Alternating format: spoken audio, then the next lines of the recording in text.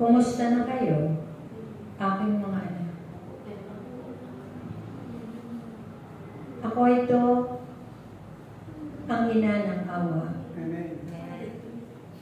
Ako'y naririto sa inyong harapan. Sa mga oras na ito, kayo'y manalangin sapagkat ang Diyos ay nakikinig sa inyong lahat. Ako ang reyna na punong-puno ng grasya.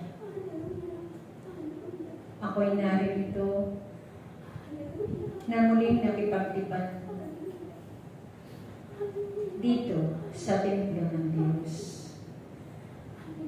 Mapalad kayong naririto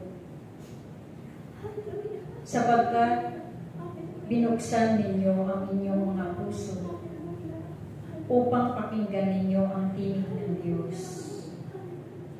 Ang Diyos na nagbibigay ng pagpabalak sa bawat isa sa inyong lahat.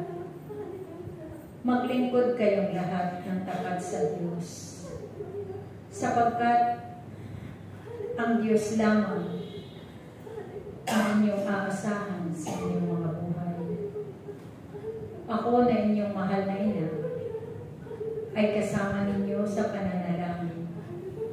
Batid ko ang lahat ng inyong idinadalangin at ito ay idinudulog ko sa buktong ulo. Kayong lahat ay magsisunod sa Diyos, sapagkat sa pagsunod ninyo sa Diyos, tunay na kayong lahat na narito ay tunay na pagpapalain ng Diyos. Kaya aking mga anak, batid ko ang bawat nararamdaman ng bawat isa sa inyong lahat.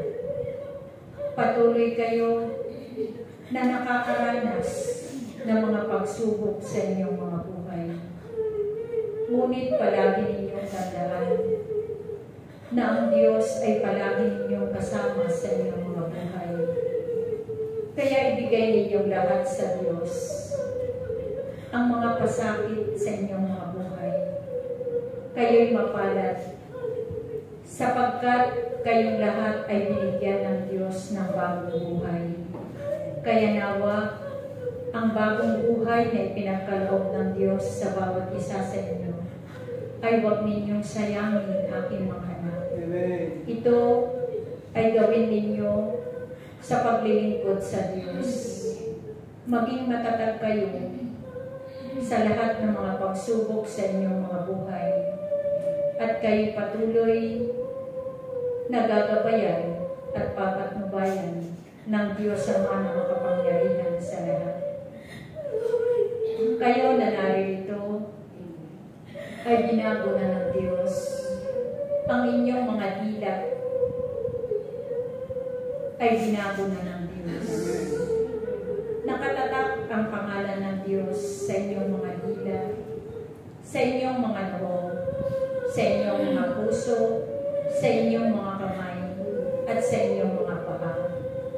Kaya nawa, itakwil ninyo na kayo'y makagawa ng pagkakasala sapagkat ang buhay ninyo ay binago na ng Diyos. Narito na kayo sa bagong langit at bagong lupa na ipinagkaloob ng Diyos sa bawat isa sa inyo lahat. Dito sa bagong Jerusalem na ginawad ng Diyos sa inyong komunidad, nawa pagsumikapan ninyo, aking mga anak, na kayo'y palaging pumarito sa araw ng tipanan ninyo sa Diyos, sapagkat ang bawat isa na naririto ay kanyang pagpapalain at kanyang ililigtas. Ito ang daan ng inyong paglilingkod sa Diyos, kaya kayo tinawag sa kawan na ito upang paglingkuran ninyo ang Diyos na tumawag sa inyong lahat. Mapalad kayo at kayo ay pinili ng Diyos. Tandaan ninyong lahat, aking mga anak, Paglingkuran ninyo ang Diyos at kayo patuloy na sumunod. Kayo patuloy na tumupad at kayong lahat na naririto na tinawag niya sa kawan na ito. Naway pagsumikapan ninyo lahat na kayong lahat ay pagharian ng Diyos nang naaayon sa kanyang kalooban. At anuman ang hingin ng bawat isa sa inyo, tunay na ipagkakaloob ng Diyos sa bawat isa sa inyo lahat. Patuloy kayo na paglingkuran ang Diyos sapagkat tapat ang kanyang pangako sa bawat isa sa inyo lahat.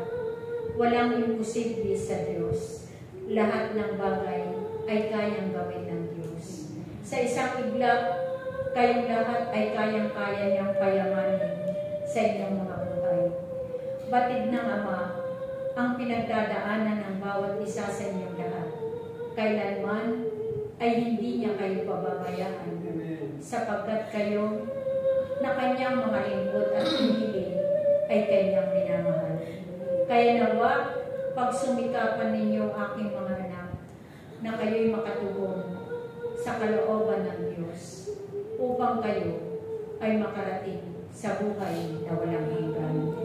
Kaya sa araw na ito ay pinasasalamatan ko kayong lahat sapagkat kayo naririto sa tipanan ninyo sa Diyos. Minamahal ko kayong lahat, iniibig ko kayong lahat, at tunay na idadalangin ko kayong lahat sa aking bugtong na anak.